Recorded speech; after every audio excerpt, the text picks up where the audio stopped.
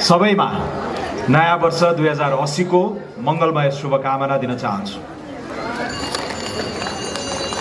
यहाँहरू सबैलाई थाहा छ, गत 2 हप्तादेखि हामी एउटा चुनावी सङ्ग्राममा छौँ। म यस तनहुँ जिल्लाका सबै पालिका, सबै वडा र बस्तीहरूमा पुग्ने अठोटका साथ हिँडिरहेको छु, दौडिरहेको छु। व्यास ऋषि र भानुभक्तको जन्मभूमि देवघाट, थानीमाई र छाब्दी बाराईको वरदान प्राप्त यस तनहुँका सबै टाकुराहरूमा पुग्ने मौका पाएँ मैले। छिम्केश्वरी र मिर्लुङकोट अनि तनहुँ सुरबाट यहाँका फाँटहरू मैले हेरेँ, यहाँका टार र नदीहरू मैले निहालेँ। मादी र मर्स्याङ्दी अनि सेती र गण्डकीले घेरेको यो उर्वर भूमिका, चुहुदी र फाउदी, कलेस्तीदेखि सुखौरा, रिस्तीदेखि 1700, बन्दीपुर, डुम्रे, आबु, दमौलीका ऐतिहासिक बजारहरूको गतिशीलतामा म सहभागी हुन मौका पाएँ। मैले तनहुँको वैभव र सौन्दर्यलाई दिलमा खिचेको छु।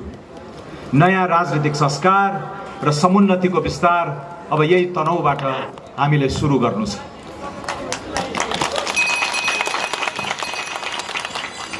आदरणीय दाजुभाइ तथा दिदीबहिनीहरू, यो चुनाव केवल एक थान सांसद निर्वाचित गरेर प्रतिनिधि सभा पठाउने एउटा कर्मकाण्डी संसदीय क्यालेन्डर मात्र होइन। यो परिवर्तनकारी र यथास्थितिवादीहरूको बीचको एउटा लडाईँ पनि हो। यो रक्तविहीन शान्तिपूर्ण क्रान्ति हामी परिवर्तनवादीहरूले जित्नुपर्नेछ। तनहुँको विकास गर्ने, राजनीति संल्याउने र अर्थतन्त्र उकास्ने मेरो मूल कार्यसूची रहिआएको छ। मैले सयौं मतदाताहरूसँग अन्तर्क्रिया गर्दा उही पुराना मुद्दाहरूमा नै यो जिल्ला, यो क्षेत्र अडिरहेकोमा ठुलो चिन्ता पाएँ। मैले अस्ति आबु खैरेनीको कार्यक्रममा पनि केही विषयहरू उठान गरेको थिएँ। आज दमौलीको यो प्राङ्गणबाट म ती कुराहरू दोहोऱ्याउँछु र त्यो दोहोऱ्याउनुको अर्थ मैले जनतासँग गरेको वाचा, जनताले मबाट राखेको आशा र मैले तपाईहरू सामु यो अनसन चौतारीमा आएर गरेको प्रतिबद्धता र वाचाका रूपमा पनि तपाईहरूले यी मुद्दाहरूलाई बुझिदिन म अनुरोध गर्दछु। असाध्यै पेचिलो विषय, असाध्यै ठुलो मुद्दाका रूपमा यहाँ बाटोघाटो नै रहेछ।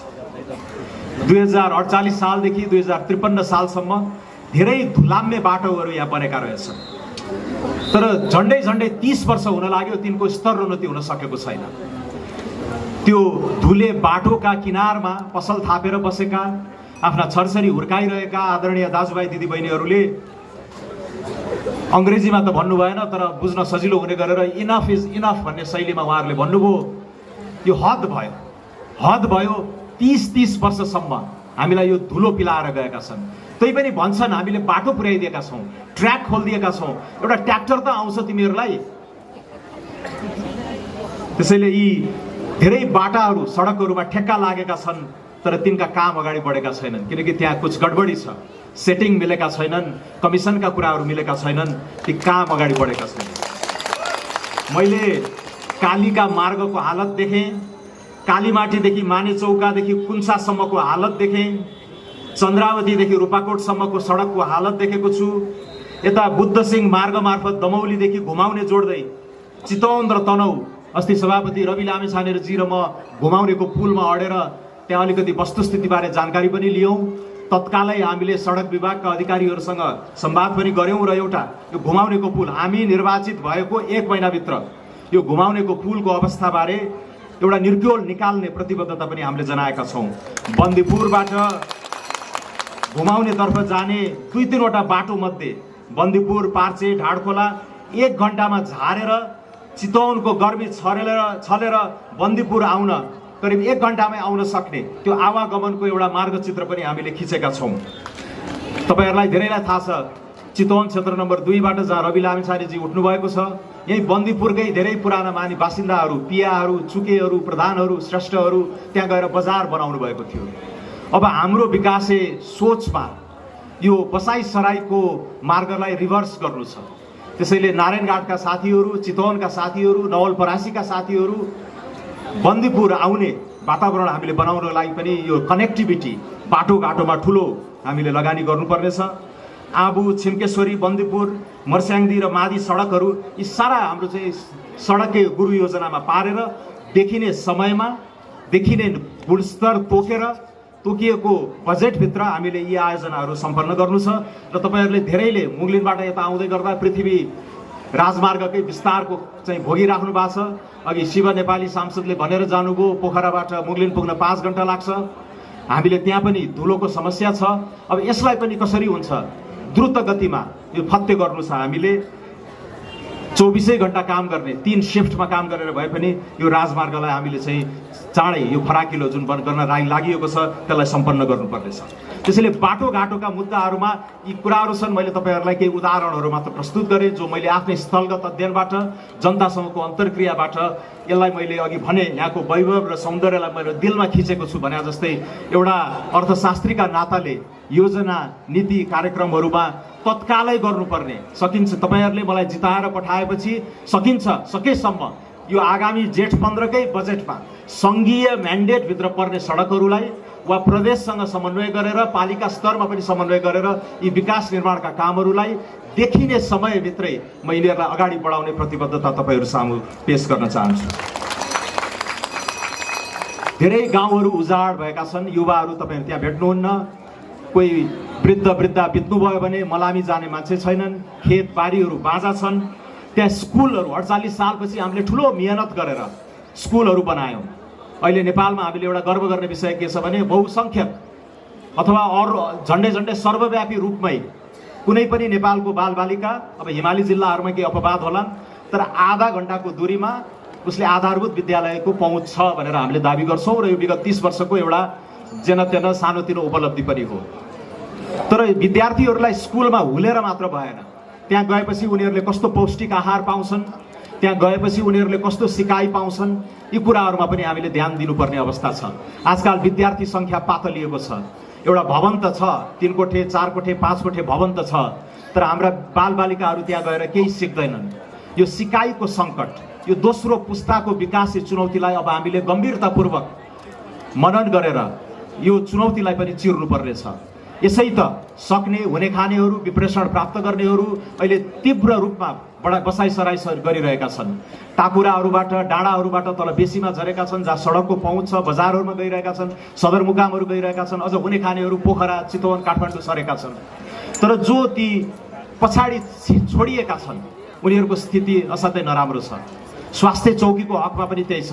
त्यहाँ भवनहरू बनेका छन्। विगत 30 वर्षको उपलब्धि त्यही हो। पूर्वाधारमा यसै त नेताजीहरू सिमन्टी, डन्डी, निर्माण सामग्रीमा उनीहरूको विशेष लोभ हुने गर्छ। त्यहाँ ठेकदारहरूसँग असुली गरेर भौतिक पूर्वाधारमा उनीहरूको विशेष चासो हुने गर्छ।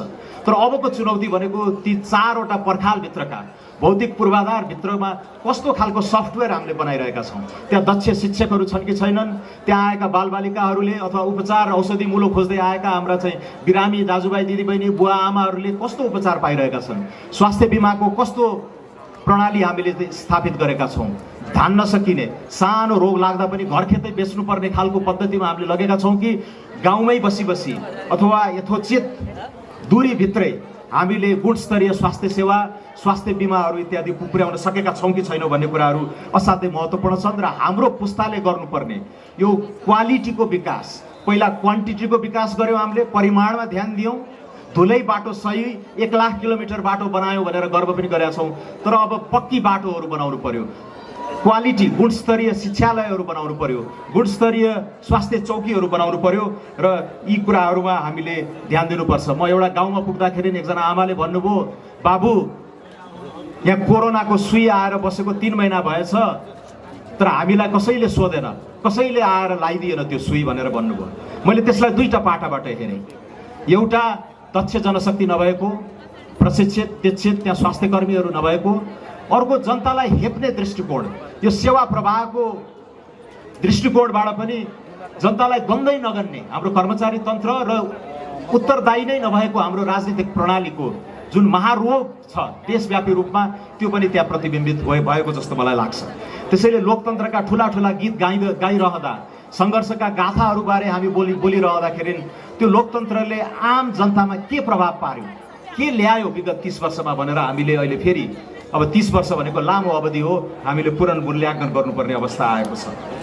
यहाँ तनहुका धेरै गाउँहरूमा अलि गम्भीर प्रकृतिको बिरामी हुँदाखेरि कि भरतपुर नै लानुपर्ने, कि पोखरा नै लानुपर्ने, कि काठमाडौँ नै जानुपर्ने, गरिबहरूको लागि त ऋण काटेरै त्यहाँ जानुपर्ने अवस्था आएको छ। यस्तो ठुलो ऐतिहासिक सहर बजार भनौँ दमौली व्यास नगरपालिकामा आजसम्म पनि 15 शैय्याको अस्पताल मात्र छ। यसको स्तरोन्नति गर्न सकिएको छैन। 1700 फाँटदेखि डुम्रे आसपासमा झन्डै 50 देखि 100 शैय्याको ट्रमा अस्पताल बनाउने भनेर धेरै पहिलादेखि गरिएको बाचा आजसम्म पुरा भएको छैन। यी कुराहरू एउटा बुझेको सांसदले, नीति पनि सही, नियत पनि सही र क्षमता पनि सही भएको सांसदले यी मुद्दाहरूलाई अगाडि बढाउन सक्छ र त्यो बाचा पनि म तपाईहरू सामु गर्न चाहन्छु। चौथो मुद्दा अस्ति मैले आबुमा पनि भने, यो आम्दानी र युवा रोजगारीसँग सम्बन्धित छ। म तनहुका विकट, मैले हिजो एकजनालाई भन्दै थिएँ, तनहुको हाम्रो पुरानो कल्पना के थियो भन्दा यो राजमार्गले अघि 2 फ्याक गरेको जस्तो उत्तरी भेग दक्षिणी भेग छ। तर दक्षिणी भेगका यस्ता गाउँपालिकाहरू बन्दीपुरमा, देवघाटमा, आबु खैरेनीकै त्यो बजारभन्दा माथि उक्लेपछि झन्डै कर्णालीकै झल्को आउने खालको विकटता र दुर्गमता पनि यस्तो सुगम मानिएको, यस्तो चेतनशील मानिएको, सम्पद सापेक्षिक हिसाबले सम्पन्न मानिएको तनहुमा पनि त्यो खालको दुर्गमता, त्यो खालको विकटता मलाई देख्दाखेरि अलिकति लज्जाबोध पनि भयो। बत्ती मुनिको अँध्यारो भनेको जस्तै यत्रा राजमार्गहरूले घेरिएको जिल्ला, तर हामीले त्यहाँ बाटोघाटो पुर्याउन सकेका छैनौँ।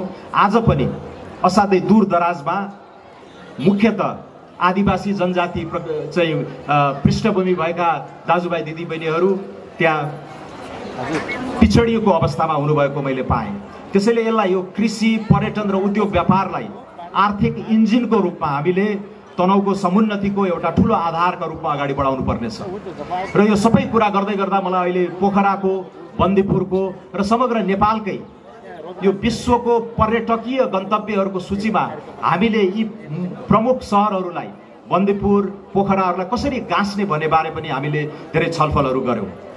मैले तपाईँहरूलाई एउटा राष्ट्रिय स्तरको तथ्याङ्क दिन्छु। हामी भन्ने गर्छौँ नेपाल सुन्दर छ, यहाँ पर्यटकहरू आएर हाम्रो समृद्धि हुन्छ। हामीले प्राय भन्ने त्यही नै हो। टुरिस्टहरू आउँछन्, खर्च गर्छन्, हाम्रो आम्दानी त्यही हो, अरू देशहरूसँग ठ्याक्कै प्रतिस्पर्धा पनि गर्न पर्दैन भन्छौँ। अर्को हामीले जलविद्युतमा हाम्रो जुन प्रचुर सम्भावना छ त्यसको सदुपयोग गरेर चाहिने जति नेपालमै उपयोग गर्ने र उब्रेको बिजुली जति निर्यात गरेर आम्दानी भित्र्याउने देशभित्र र त्यसबाट सामाजिक सुरक्षामा, भौतिक पूर्वाधारमा लगानी गर्ने भनेर हामीले एउटा सपना देखिराखेका छौँ। त्यसका आफ्नै जटिलताहरू छन्, प्राविधिक आयाममा म गइनँ। तर मोटामोटी पर्यटन हामीले सोचेको जस्तो ठुलो छलाङ मार्न सकिएको छैन। आज पनि कोभिडभन्दा अगाडि जम्मा 12 लाख टुरिस्टहरू नेपाल भित्रिए। औसतमा उनीहरूले एक दिनमा $48 मात्रै खर्च गरे र उनीहरूको बसाइ 13 दिन मात्र रह्यो। यो सबैलाई गुणन गर्नुभयो भने यो 20 दिनको रेमिटेन्स, तपाईँ हाम्रा दाजुभाइ भाइ भतिजाले विदेशबाट 20-25 दिनको रेमिटेन्स भन्दा बढी होइन। हालाकि हामीले पर्यटनबाटै यो देशको उँभो लाग्छ भनेर त्यो खालको गलत भाष्य पनि निर्माण गरिरहेका छौँ। तर सम्भावना छ, काम गर्नुपर्छ। र यहाँ मैले चाहिँ एउटा देखेको नयाँ सोच, तनहुलाई पनि यो पोखरामा इन्टरनेसनल एयरपोर्ट, अन्तर्राष्ट्रिय एयरपोर्ट बनाइसकेपछि त्यहाँ हामीले ओह्राल्ने, त्यसका आफ्नै जटिलताहरू छन्, अझै पनि हामीले सोचेको शैलीमा त्यो सञ्चालनमा आएको छैन। तर पोखरामा 10औं लाख पर्यटकहरू उत्रदै गर्दा उनीहरूले हरेक दिन खर्च गर्ने औसत रकमको दोब्बरी, कम्तीमा पनि $100 आजको मूल्यमा पुर्याउँदै गर्दा र 13 दिनबाट 17-18 दिन उनीहरू बसुन् भनेर त्यो औसत बसाइ लम्ब्याउने कसरत गर्दै गर्दा तनहुको पर्यटकीय रोडम्याप त्यो राष्ट्रिय मानचित्रमा नै हामीले हुल्नुपर्नेछ। त्यो खालको भिजन, त्यो खालको सोच लिएर हामी अगाडि बढ्यौँ भने पोखरामा आएका गण्डकी प्रदेशमा भित्रिएका पर्यटकहरूलाई 3-4 दिन अरू थप यहाँ बन्दीपुरमा र तनहुका अन्य एकै दिन लाग्ने हाम्रा तनहुसुर, मिर्लुङकोट जस्ता गन्तव्यहरूमा पनि राखेर हामीले धेरै नै विकास गर्न सक्छौँ जस्तो मलाई लागेको छ। र यो मध्य पहाडी बेल्ट, यो हाइवे भन्दा माथिको हाम्रो यो मध्य पहाडी बेल्ट भानु नगरपालिकाका अधिकांश वडाहरूमा म घुम्दै गर्दा दोहोऱ्याएर तेह्राएर म त्यहाँ पुगेँ। र त्यहाँबाट ती फाँटहरू निहाल्दाखेरि मैले कल्पना गरेँ त्यो मध्य पहाडी उचाइले एसियाकै एउटा बाइकिङ क्यापिटलको रूपमा यसलाई अगाडि बढाउन सकिन्छ जस्तो मलाई लागेको छ। मान्छेको बसाइसराईको चापले ती गाउँहरू अलिकति उजाड भएका छन्, त्यसलाई गुल्जार गर्न सक्ने पर्यटकीय सम्भावनाहरूमा त्यो रोड म्याप पनि मैले देखेको छु।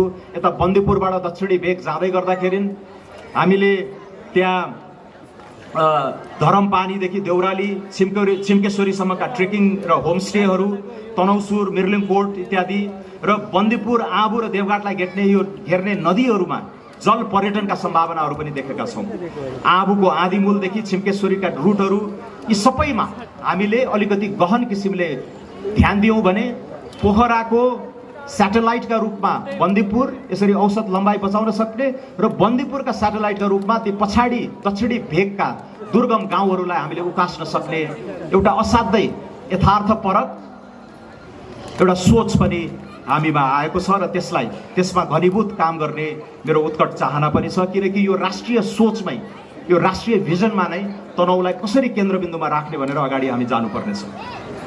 त्यहाँ फलफुलका कुराहरू, तरकारीका कुराहरू, गेडागुडीका कुराहरू, पशुपालनका कुराहरू र त्यहाँ बेरोजगार युवाहरूलाई यो टुरिज्म सेक्टरकै हामी फरवर्ड लिङ्केज, ब्याकवर्ड लिङ्केज भन्छौँ, त्यहाँ दक्ष तालिम दिएर 5-6 महिनाको राम्रो तालिम दिएर हजारौँ रोजगारी सिर्जना गर्न सक्ने अवस्था पनि मैले देखेको छु।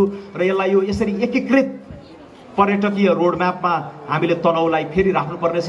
पहिला एक दिन आएर यसो थानीमाईमा पुग्ने, छिम्केश्वरी जाने, बन्दीपुरमा पनि एक रात मात्रै बस्ने, यी कुराहरूलाई हामीले चाहिँ पर्यटकलाई बढी अड्याउने र बढी पैसा खर्च गर्न लगाउने र धेरैमा धेरै पर्यटकहरूलाई भित्र्याउने, त्यो आन्तरिक पर्यटन पनि हुनसक्छ। अघि माननीय विराज भक्तले भनेर जानुभयो काठमाडौँ र पोखराको यहाँ किन नडाउने अर्को 3-4 दिन।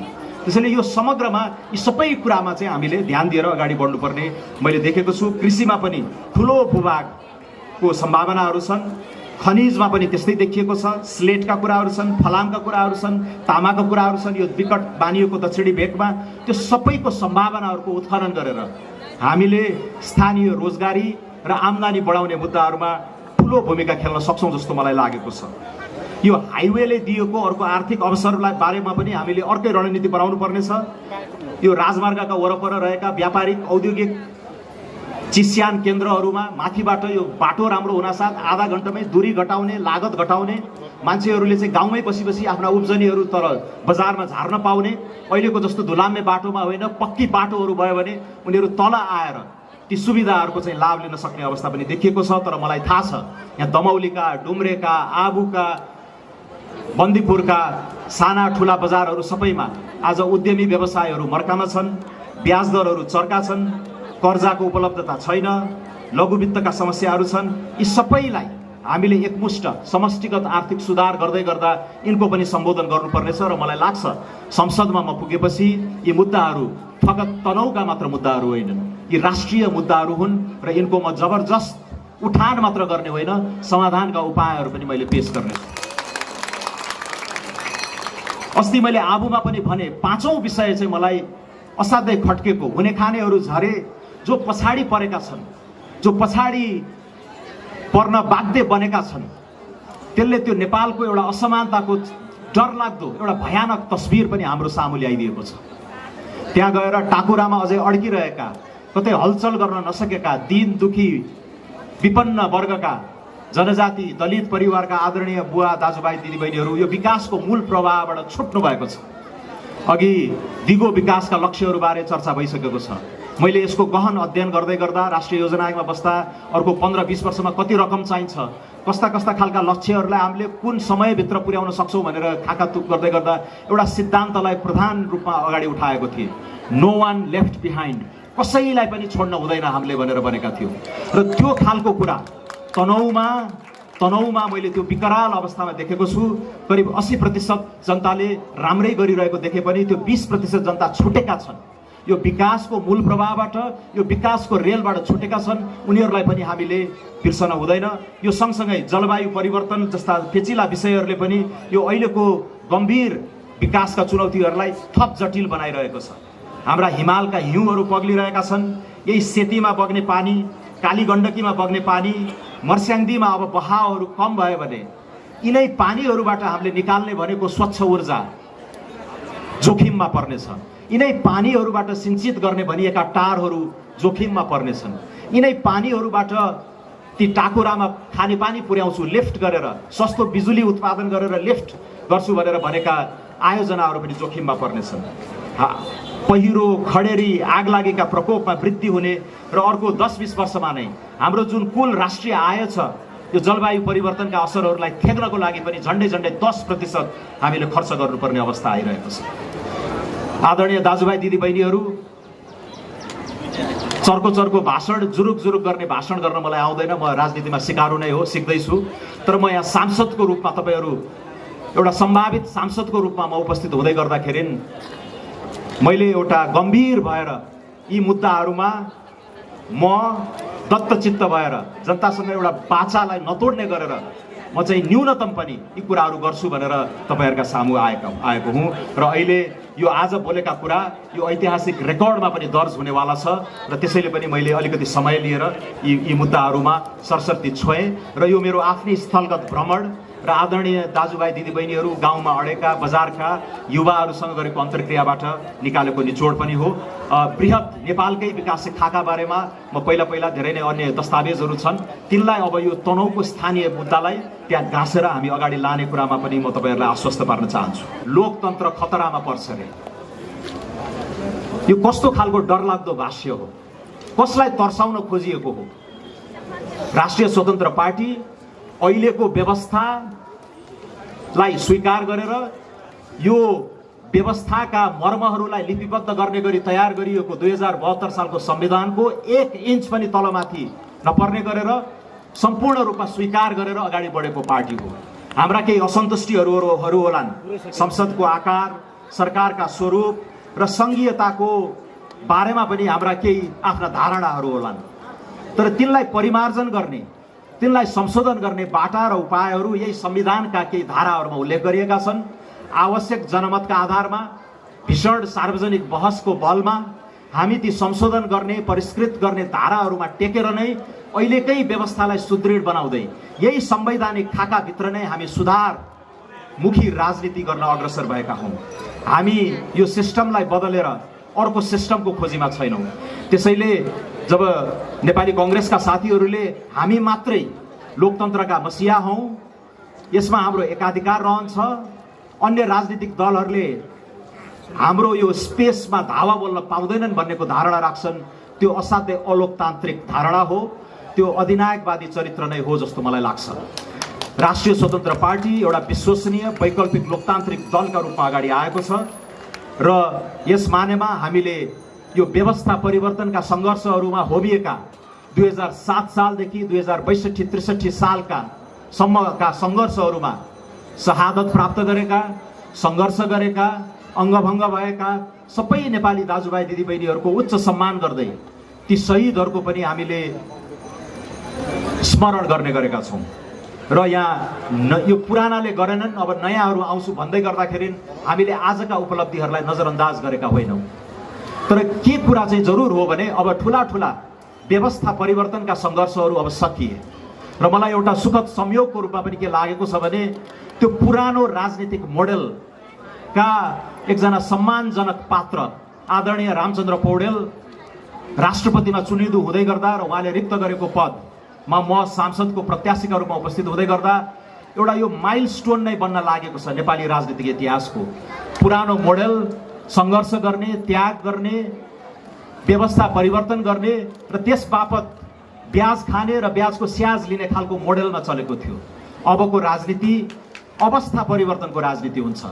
यहाँ पूर्णकालीन राजनीति गर्ने होइन, राजनीतिलाई पैसा कमाउने भाँडो बनाउने होइन, नमरुन्जेल सिटमा बस्ने, कुर्सीमा बसेर पैसा मात्र कमाउने, असुल्ने विकृत राजनीतिक अभ्यासलाई अब हामीले चिर्नु छ। अब नतिजा र परिणामको राजनीति गर्नु छ। अन्य क्षेत्रमा स्थापित भइसकेका, अन्य क्षेत्रमा नाम, दाम, प्रतिष्ठा सबै कमाइसकेका मान्छेहरूलाई पनि यो एउटा प्लेटफर्म रवि लामिछानेजीको नेतृत्वमा जुन राष्ट्रिय स्वतन्त्र पार्टीले प्रदान गरेको छ, अबको राजनीति भनेको डेलिभरीको राजनीति हो। हामीले यो सिस्टमलाई स्वीकार गरेका छौँ। यहाँ भित्रका कमी कमजोरीहरूलाई यहीँबाट पठाल्ने, सुधार्ने भनेकै छौँ। अब चाहिँ दैनिक जीवनस्तर उकास्नको लागि सक्षम पात्रहरू राजनीतिमा आउनुपर्छ। पुराना दलहरूले यो शिक्षा अझै पनि ग्रहण गरिसकेका छैनन्। भोटे तालचा लगाएर एउटा विकृत राजनीतिक अभ्यासमा उनीहरू असै रुमलिरहेका छन्। 5 वर्ष कुरा 10 वर्ष कुरा तिम्रो पालो आइहाल्छ नि भन्ने खालको भाष्य तयार गर्न खोजिएको छ। होइन, अर्को 10-15 वर्षमा त म रिटायर हुन्छु। एउटा निश्चित समय सीमा तोकेर त्यो समयावधिभित्र जनताको प्राधिकार बोकेर केही काम गरेर देखाउँछु भन्ने मानिसहरूलाई अहिले राजनीतिमा निषेध गरिएको छ। र यो राष्ट्रिय स्वतन्त्र पार्टीले एउटा जुन नयाँ प्रयोग लिएर आएको छ र यो समग्र विकृत फोहोरी राजनीतिलाई संल्याउने केही रूपान्तरणकारी बिउहरू आफ्नो विधानमा जुन राखेको छ, मलाई लाग्छ त्यसले नेपालको राजनीतिलाई अब संल्याउने बाटोतिर जान्छ। यहाँ प्राइमरिजको कुरा गरिएको छ। कुनै नेतालाई ब्रिफकेस बुझाएर 10औं लाख रुपैयाँमा मेयरको टिकट किन्ने, करोडौं रुपैयाँमा सांसदको टिकट किन्ने जस्ता व्यवस्थाहरूबाट अब राष्ट्रिय स्वतन्त्र पार्टीले अरूलाई पनि एउटा शिक्षा देखाइरहेको छ। होइन, सम्बन्धित ठाउँको जनप्रतिनिधि बन्न तत् ठाउँकै पार्टी सदस्यहरूले चुन्ने हुन्छ। रवि लामिछाने वा केन्द्रीय कमिटीले टीका लगाइदिएर तिमी फलानु सांसद बन्ने होइन। म आफै पनि यहाँ तनहुबाट सांसदको आकांक्षी हुँदै गर्दा म आफै पनि त्यो प्राइमरिज प्रोसेसबाट गएँ। तर विधानमा के लेखिएको रहेछ भने यदि जनसङ्ख्याको अनुपातमा पार्टी सदस्य सङ्ख्या अलिक कम रहेछ भने त्यो केन्द्रीय कमिटीको निर्णयबाट हुने भनेर लेखिएको रहेछ। र मैले पनि त्यो प्रक्रिया पुर्याएर चाहिँ गएँ। एक सुकाको ट्रान्ज्याक्सन यहाँ भएन। र यसले के गर्छ भने तपाईँ निर्वाचनमा होमिँदै गर्दा अहिले जुन खर्चिलो भड्किलो चुनावका कुराहरू गरेका छौँ, तपाईँ टिकट खरिद गरेर आउनुहुन्छ, निर्वाचन यसै महँगो छ। कुनै सार्वजनिक पदमा जानुभयो भने वडा अध्यक्षदेखि मेयरदेखि सांसददेखि मन्त्रीसम्म जाँदाखेरि तपाईँ करोडौँको ऋण बोकेर जानुहुन्छ भने तपाईँको ध्यान कता हुन्छ? त्यो ऋण तिर्ने, पैसा असुल्नेतिर हुन्छ कि जनताको सेवा गर्नेतिर, नीति योजना कार्यक्रम लिएर आउनेतिर हुन्छ? त्यसैले यो आधारभूत भिन्नता एउटा कोसे ढुङ्गा मैले त्यस मानेमा पनि भनेको हो कि यो प्राइमरिजको व्यवस्थाले, प्रारम्भिक निर्वाचनको प्रणालीले हामीलाई चोखो राजनीतितिर लान्छ र राजनीति सङ्लिएपछि राष्ट्रिय जीवनका अन्य पाटाहरू जुन ठप्प भएर बसेका छन् ती पनि बिस्तारै खुकुलो हुँदै जान्छन् र त्यहाँभित्रका सम्भावनाहरूलाई हामीले प्रस्फुटित गर्दै अगाडि लानुपर्ने हुन्छ। एउटा मान्छे 2टा कार्यकालभन्दा काम गर्न नपाउने भनिएको छ। नातागोताहरूलाई एउटै कमिटीमा नराख्ने भनिएको छ। यो भत्ता कार्यकर्ताहरूको पङ्क्ति जसको देखिने आय केही छैन तर उसले विलासी जीवन बिताइरहेको छ।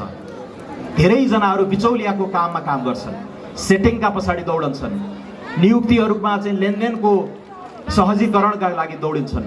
हाम्रा सार्वजनिक संस्थाहरूलाई को राख्दाखेरि ती कब्जा हुन्छन् र आफ्नो हितमा तिनले काम गर्छन् भनेर दौडिरहने यो बिचौलियाहरूको जमात सिर्जना गर्ने भद्दा कार्यकर्ता पङ्क्ति पनि राष्ट्रिय स्वतन्त्र पार्टीले खारेज गरिदिएको छ। यहाँ भातृ सङ्गठनहरू छैनन्। त्यसैले यो अधिकारको लडाइँ लड्दै गर्दाखेरि आवश्यक देखिएका यी कुराहरूलाई लेगेसीको रूपमा हामीले धान्दै गर्दाखेरि हाम्रो लोकतन्त्र असाध्यै विकृत भइरहेको छ। त्यसैले यी सबैमा अहिले धेरै बेलिविस्तार लगाएर बुझाउन नसकिएला, तर यो 4-5वटा कुराले हामीलाई अब सङ्लो राजनीति गर्नेतिर जान्छ र म राष्ट्रिय स्वतन्त्र पार्टीप्रति आकर्षित हुनुमा यी कुराहरू पनि प्रधान रहेको म यहाँहरूलाई जानकारी दिन चाहन्छु। त्यसैले यो राजनीतिक मोडेल र हामीले गर्ने अभ्यासमा नै हामीले परिवर्तन गर्ने हो र यसको अवधारणागत र यसको आचरणगत सुधारमा हामीले काम गर्दै समय सीमा तोकेर 2 वा 3 कार्यकाल, एक कार्यकाल भनेको 5 वर्ष, 10-12 वर्षमा पनि तपाईँले केही देखाउन सक्नु भएन भने त्यो राजनीतिमा झुन्डी राख्नुहुन्छ भने तपाईँको कुछ न कुछ त्यहाँ नियत गडबडी छ। यसैलाई म आएको भाडो बनाउँछु भन्ने खालको दुर्नियत त्यहाँ लुकेको हुन्छ। त्यसैले यो संस्कारलाई हामीले भत्काउनुपर्छ। अहिले युवा पुस्ताले यो संस्कारलाई भत्काएर अब राजनीति भनेर तपाईँ हामीले जे बुझ्यौँ विगत 20-30 वर्षमा त्यसबाट कोल्टे फेराएर हामीले अर्को खालको सुसंस्कृत राजनीतिको अभ्यासमा हामी जानुपर्छ र यो भ्रष्टाचारले थिलो पारेको प्रणालीलाई एउटा नेतृत्वको आचरणगत सुधार र सामूहिक टिमवर्कका आधारमा हामीले चाहिँ धेरै अगाडि बढाउनुपर्छ जस्तो मलाई लाग्छ र त्यसपछि मात्रै नेपालका जुन प्रचुर अब असीम सम्भावनाहरू छन् विकासका तिनलाई पनि हामी खोल्दै जानुपर्ने अवस्थामा हामी पुग्छौँ। आज हामीले यिनै मुद्दाहरू उठाइराख्दा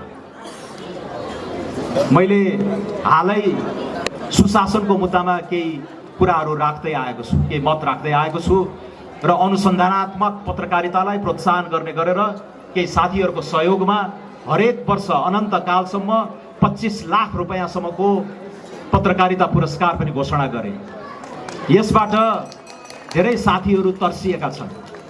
अहिले म आबद्ध भएको पुरानो पार्टीका साथीहरू म बरबराइरहेको देख्छु, उनीहरू तिलमिलाइरहेको देखेको छु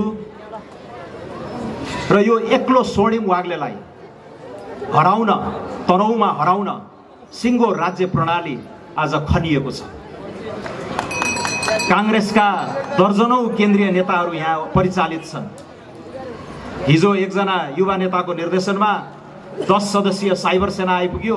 यति हुस्सु रहेछन्, म बसेकै घरमा आएर डेरा खोज्दै थिएँ। र आजदेखि गाली गलौजको रणनीति पनि सुरु गरिएको छ। एक रौँ, एक छौ पनि सत्य तथ्य नभएका अनर्गल प्रचारहरू गरेर अत्यन्तै निजी मामिलाहरूमा छिरेर मेरी श्रीमती, मेरो 10 वर्षको छोरालाई पनि यो फोहोरी आलमा हालेर चाहिँ यस्तो तुच्छ र निकृष्ट राजनीतिक अभ्यासमा मेरा प्रतिद्वन्द्वीहरू उभमिएका छन्। मैले आजसम्म मेरा प्रतिद्वन्द्वीहरूलाई गाली गरिनँ, किनकि मेरो त्यो संस्कारमा पर्दैन, मेरो त्यो स्वभाव पनि होइन। तर यदि तपाईँ आफूलाई शालीन मान्नुहुन्छ, यदि तपाईँ आफूलाई सुसंस्कृत मान्नुहुन्छ भने यी निकृष्ट र तुच्छ हत्खण्डाहरू बन्द गर्नुहोस्। मैले गरेको नैतिक विद्रोहको पुष्टि आज साथीहरू गर्दैछन्। बीपी कोइराला, गणेशमान सिंह, कृष्ण प्रसाद भट्टराईहरूको काङ्ग्रेस अब रहेन। आज अवसरवादका कुराहरू आए अघि म छक्क पर्दै थिएँ। 84 वर्षको उमेरमा 6औं पटक प्रधानमन्त्री हुन्छु भनेर एकजना राजनीतिक कर्मी कुरिराख्नु भएको छ, अवसर छोप्न खोजिराख्नु भएको छ र उहाँकै दलका साथीहरू अरूमाथि यी आरोपहरू लगाइरहेका छन्। यहाँ पाउनाका कुराहरू आए। यही क्षेत्रका किसान श्रेष्ठ बारामा गएर चुनाव लड्नुभयो। यही क्षेत्रका शङ्कर भण्डारी मादी पारी गएर लड्नुभयो। मोरङका शशाङ्क कोइराला आएर नवलपुरबाट जितेको 4-5 चोटि भइसक्यो। र असल काङ्ग्रेसीहरू, बीपीका कोइरालाका काङ्ग्रेसीहरू आजका बिग्रेका काङ्ग्रेसीहरू होइनन्। असल काङ्ग्रेसीहरूले जसले बीपी कोइरालाका विचारहरूलाई मनन गरेका छन्। 2020 सालमा बीपी कोइरालाले भन्नुभएको रहेछ, यो प्रशासकीय इकाइ जस्तो मात्र रहेको नेपाल राष्ट्रलाई अब भावनात्मक रूपमा पनि हामीले जोड्नुपर्छ। 15 सालमा 2/3 बहुमत उहाँले लिएर आउनुभयो। 2020 सालको चुनावमा म तराई मधेसका हाम्रा नेपाली दाजुभाइलाई लिएर आएर पहाडमा उठाउँछु र पहाडका दाजुभाइ दिदीबहिनीहरूलाई म तराईमा लगेर चुनाव लडाउँछु भनेर त्यो सोच राख्नु भएको रहेछ। तर त्यति बेलाको लोकतन्त्र अपहरित भयो र अर्कै राजनीतिक कोर्समा मुलुक गयो। त्यो खालको 60 वर्ष अगाडि बीपीले राखेको त्यो फराकिलो सोच, त्यो राष्ट्रवादी सोच आज एउटा संकीर्ण विचारको कैद बनेको देख्दा मलाई दुःख लागेको छ। र हामीले 2015 सालको बीपीको स्मरण गर्दै गर्दा आजको अहिलेको यो राष्ट्रिय स्वतन्त्र पार्टीमा देखिएको ऊर्जा, हामीले आशा सञ्चार गर्न सकेको आशा, रवि लामिछानेजीले 6 महिनाको मेहनतमा एकै धक्कामा जुन राष्ट्रिय दल बनाएर सिधै यो बिचौलियाहरूको मध्यस्थता गर्ने परिपाटीलाई तोडेर नेताहरू सिधै जनताको घरदैलोमा जाने, सिधै जनताका हत्केलामा पुगेर संवाद गर्ने जुन चाहिँ नयाँ राजनीतिक मोडेलको अभ्यास गरेर सफल हुनुभयो। अबको आगामी राजनीतिक कोर्स बारे पनि त्यसले केही सङ्केतहरू गरेको छ जस्तो मलाई लाग्छ। एउटा भ्रष्ट, निकम्मा, अल्छीहरूको झुन्डको छाहारीमा रमाएका राजनीतिक बिचौलियाहरू यी सबै कुराहरूबाट आत्तिएका छन् र यो क्षणिक भ्रमपूर्ण सक्रियताले मलाई रत्तिभर विचलित गर्ने छैन भन्ने कुरा पनि म यहाँहरू समक्ष राख्न चाहन्छु। साथीहरू, हामी भारी मतान्तरले जित्न गइरहेका छौँ र म आज 2-3 वटा गम्भीर आह्वानहरू गर्न चाहन्छु। यी दुर्गम भेकहरूमा हामीले हाम्रो मतको, जनताले असीम श्रद्धा र विश्वास गरेर भरोसा देखेर जुन मत प्रदान गर्नुहुन्छ घण्टी चिन्हमा यो वैशाख 10 गते, ती मतहरू हामीले जोगाउनु छ र यसका लागि सयौं हजारौं स्वयंसेवकहरू परिचालन गर्नुपर्ने हुन्छ ताकि त्यहाँ बुथ क्याप्चरिङ नहोस्, मेरा प्रतिद्वन्दीहरू तेल मिलाइसकेका छन्, रन्थनिसकेका छन् र ती पुराना हत्खण्डाहरू अपनाइने हल्लाहरू गाईगुईहरू सुनिन थालेको छ।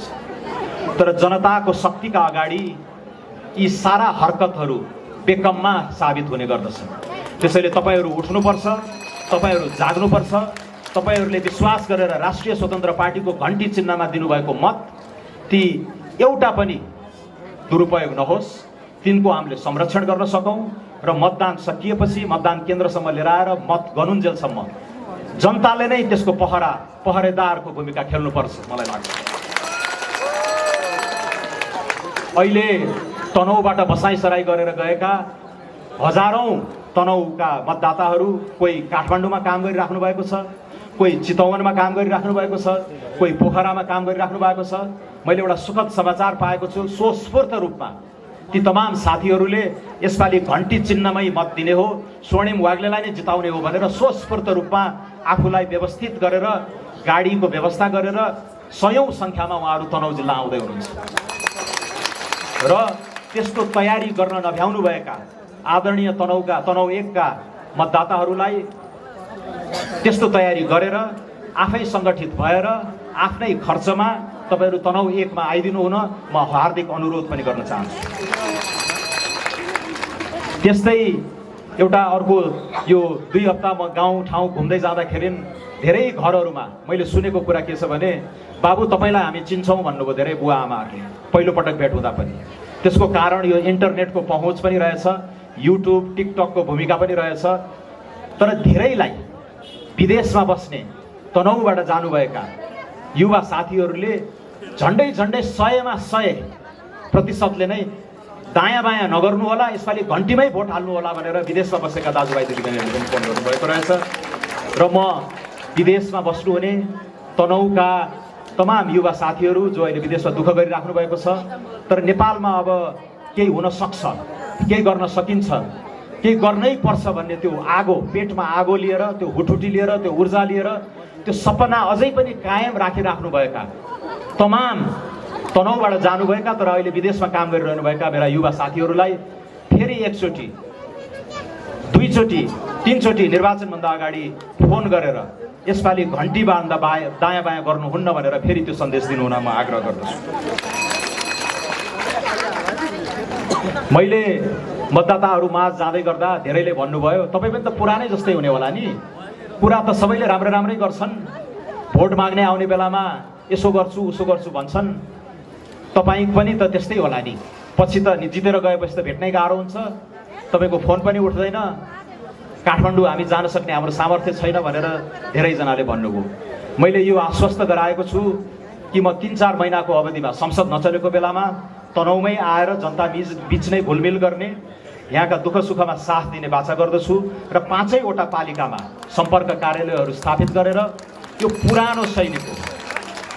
पुरानो शैलीको एउटा चिरकटोमा केही कुराहरू लेखेर आफ्नो विकासका आकांक्षाहरू अथवा व्यक्तिगत गुनासाहरूलाई सम्बोधन गर्ने परिपाटीलाई चिरेर एउटा वैज्ञानिक मोडलमा गुनासो सम्बोधन प्रणालीहरू स्थापना गरेर 21औं शताब्दीको आधुनिक सांसदले कसरी काम गर्नुपर्छ, जनप्रतिनिधि भनेको कस्तो मर्म बोक्नुपर्छ भनेर एउटा अनुकरणीय अभ्यास चाहिँ गरेर देखाउने बाचा पनि म तपाईहरु समक्ष गर्न चाहन्छु।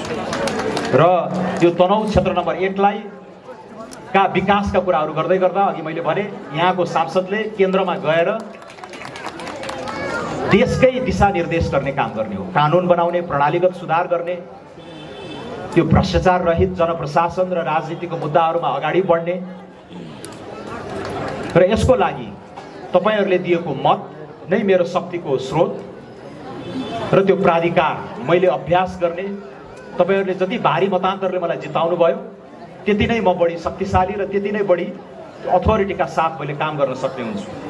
त्यसैले मैले भन्दै आएको छु, यो नयाँ संस्कारयुक्त राजनीति, यो राज्य व्यवस्था संल्याउने र यो विकराल अवस्थामा रहेको अर्थतन्त्रलाई उकास्ने र आम युवा वर्गमा रहेको नैराश्यलाई चिरेर यो देश खत्तम मात्र होइन, यो देशमा केही गर्न सकिन्छ, हाम्रै पालामा गर्न सकिन्छ भन्ने आशा सञ्चार गर्नको लागि राष्ट्रिय स्वतन्त्र पार्टीको प्लेटफर्मबाट रवि लामिछानेजीको नेतृत्व र सम्पूर्ण स्थापित केन्द्रीय नेतृत्वको एउटा सामूहिक यत्नबाट एउटा इमानदार प्रयास चाहिँ हामी गर्नेछौँ।